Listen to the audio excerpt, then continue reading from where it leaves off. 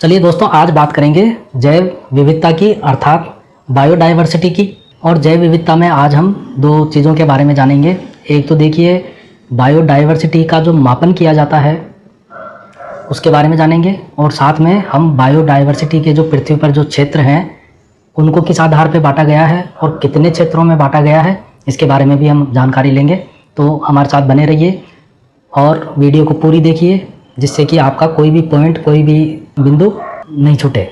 देखिए, थोड़ा सा आपको बता दूं बायोडाइवर्सिटी के बारे में कि बायोडाइवर्सिटी अर्थात जैव विविधता जो है क्या होती है।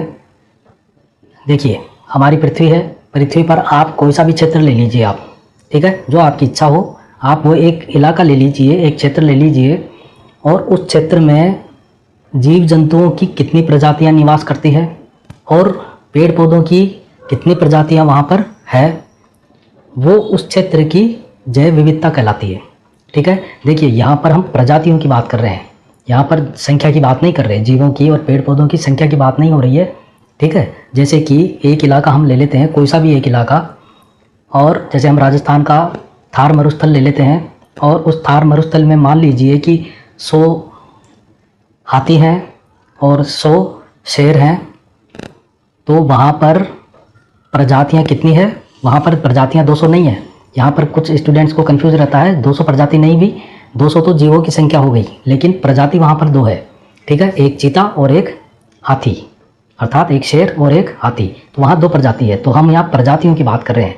तो किसी स्थान विशेष पर निवास करने वाली या पाई जाने वाली जीव जंतुओं की प्रजातियों की संख्या या पेड़ पौधों अर्थात वनस्पतियों की प्रजातियों की संख्या उस स्थान की क्या कहलाती है? जैव विविधता कहलाती है।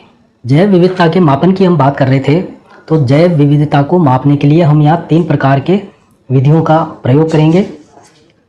एक है अल्फा विधि, एक है बीटा विधि और एक है गामा विधि। तो इनके बारे में हम थोड़ा सा डिटेल में जान लेते हैं कि अल्फा, बीटा और गामा ये विधियाँ किन प्रजातियों के लिए काम में आती है।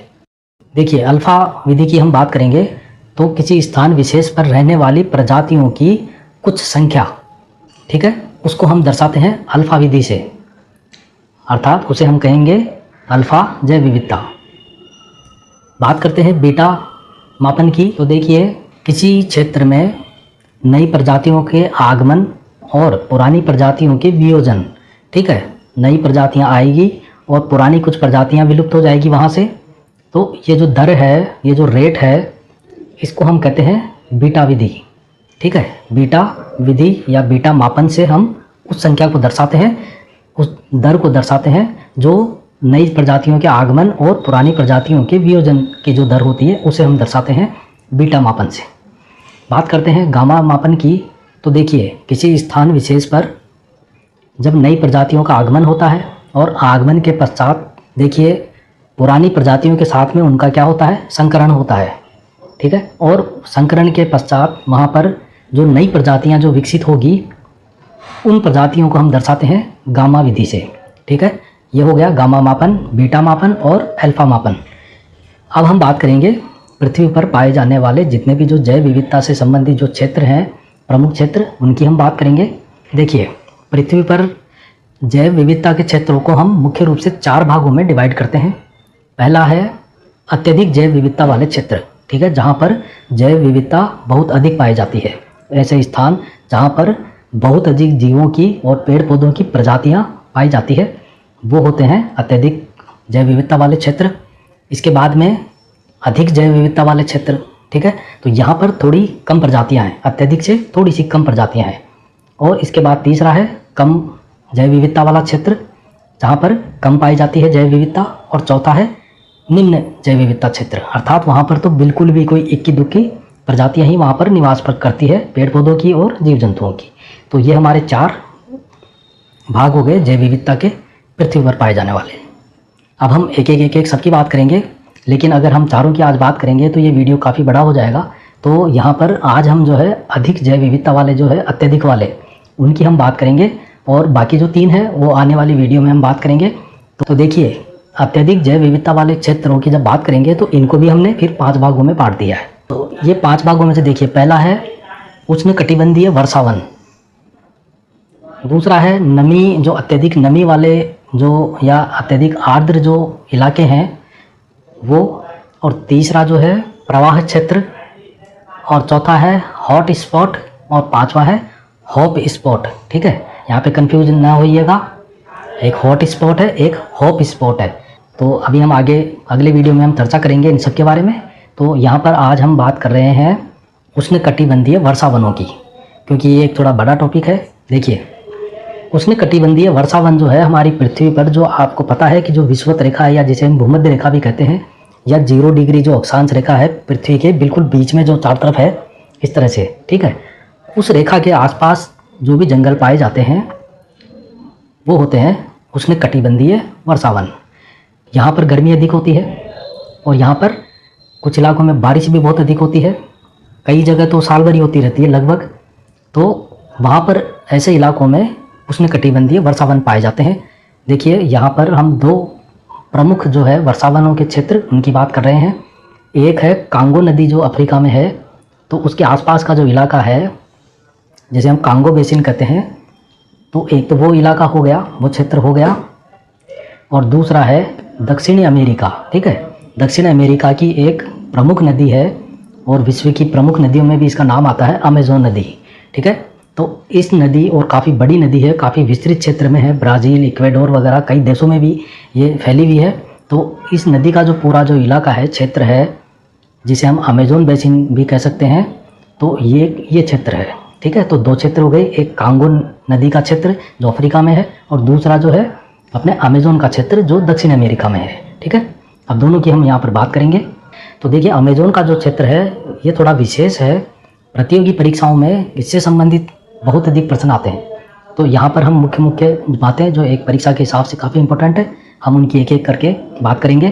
तो देखिए, अमेज़न जो नदी का जो इलाका है, जो वर्षावन है, ठीक है, वो पृथ्वी का फेफड़ा कहे जाते हैं। ठीक है, और ये क्षेत्र जो है ब्राज़ील में अधिक विस्तृत है, तो इन्हें हम कहते हैं पृथ्वी का फेफड़ा, क्योंकि यहाँ पर बहुत अधिक पेड़ पौधों की संख्या है, जीवों की भी बहुत अधिक प्रजातियाँ हैं।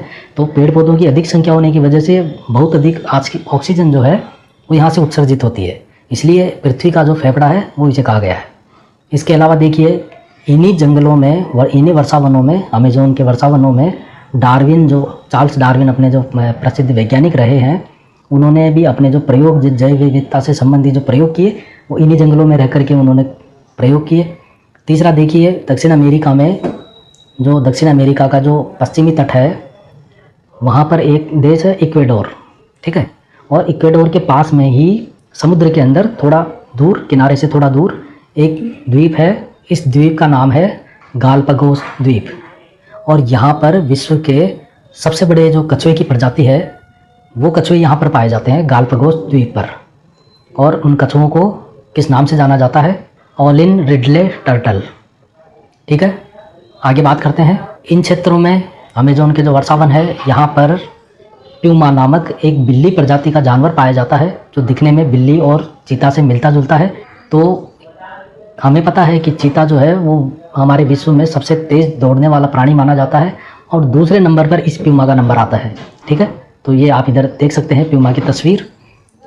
और आगे बात करते हैं, पक्षियों का महाद्वीप है वो हम दक्षिण अमेरिका को कहते हैं।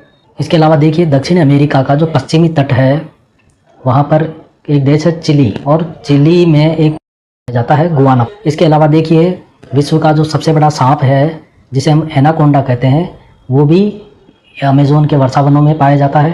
और इसके साथ साथ विश्व का सबसे बड़ा शिकारी पक्षी जिसे हम कोंडोर बाज कहते हैं, कोंडोर, ठीक है, जो एक बाज है कोंडोर प्रजाति, तो वो भी यहीं पाया जाता है। तो ये हमारी आज बात हो गई अत्यधिक जैव विविधता वाले क्षेत्रों में जो सदाबहार वर्षावन है उनकी बात हमने की। और अगली वीडियो में हम बात करेंगे आगे अन्य पॉइंटों की, जिसमें कि हॉट स्पॉट और हॉप स्पॉट, ये सभी जो है अत्यधिक जैव विविधता वाले क्षेत्रों में शामिल है। तो मिलते हैं अगली वीडियो में, तब तक के लिए नमस्कार।